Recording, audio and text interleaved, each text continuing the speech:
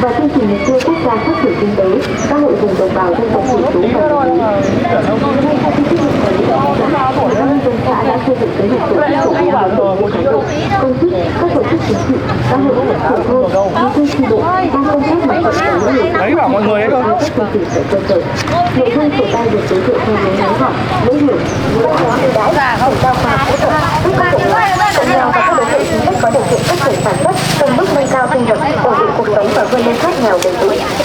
Đối với chương trình mục tiêu quốc gia phát triển kinh tế, xã hội vùng đồng bào dân tộc thiểu số và miền núi đã chú trọng phổ biến các chính sách đầu tư phát triển hạ tầng, hỗ trợ sản xuất, bảo tồn và phát huy bản sắc văn hóa dân tộc, nâng cao chất lượng giáo dục, y tế, cải thiện điều kiện sống và tạo động lực thúc đẩy phát triển toàn diện vùng đồng bào dân tộc thiểu số.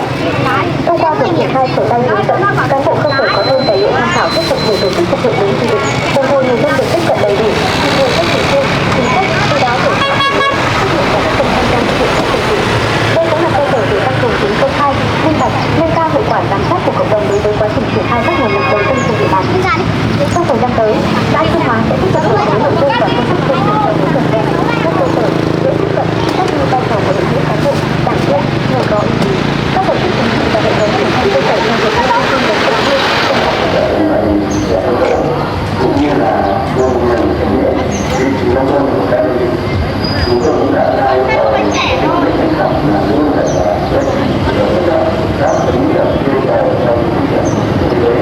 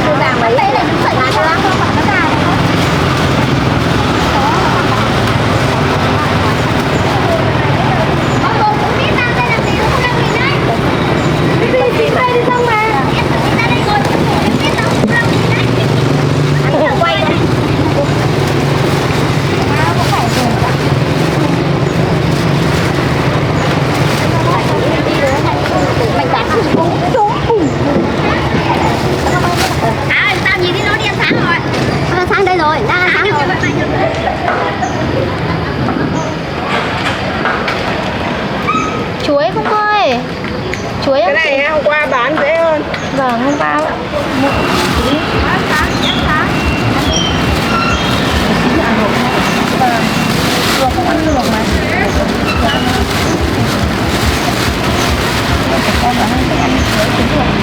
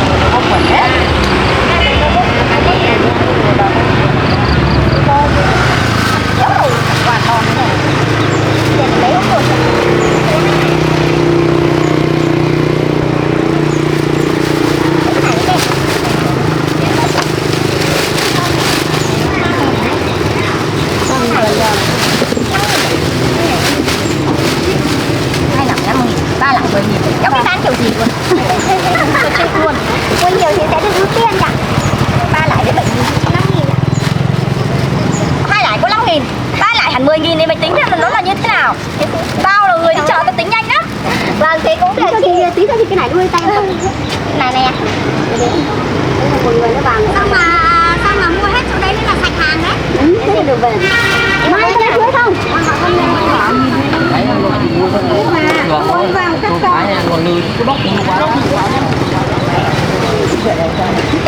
Thấy về chị đang cần một cái gì?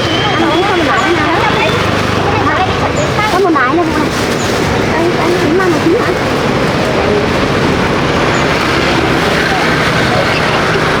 Tính mang một luôn.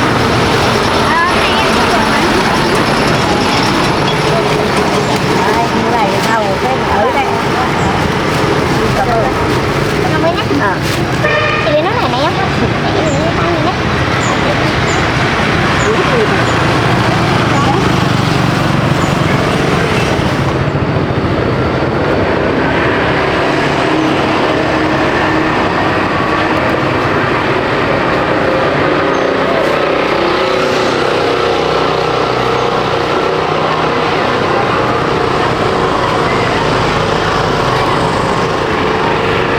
Để chưa đi chơi.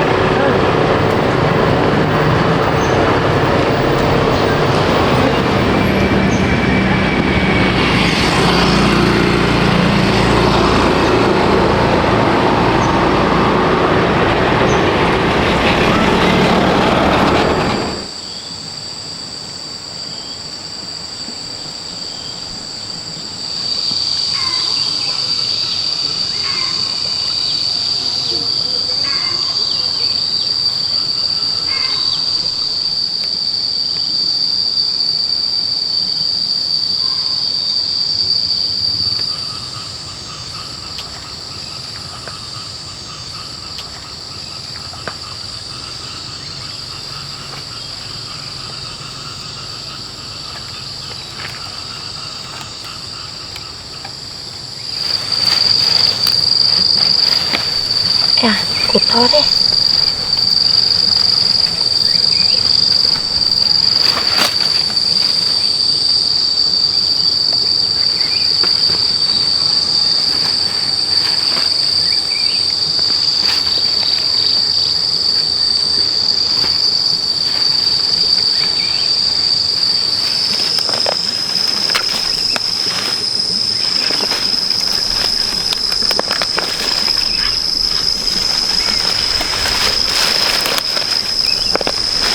Ui da, củ này to thế.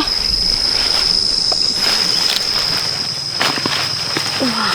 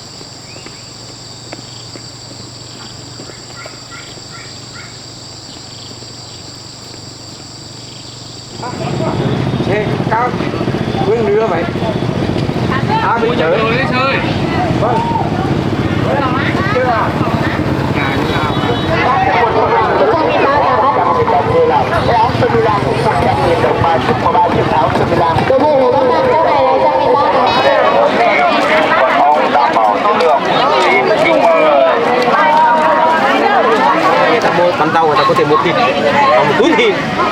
Thế xem túi của ai được dày hơn này?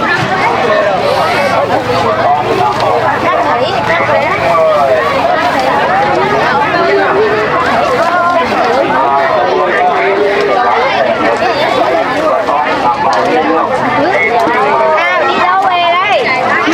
Đây. Đâu không ăn gì đây? ai mua ít thịt giá rẻ hợp lý mật ong đảm bảo chất lượng xin mời ai mua ít thịt giá rẻ hợp lý mật ong đảm bảo chất lượng xin mời ai mua ít thịt làm cua về đi. mật ong đảm bảo chất lượng xin mời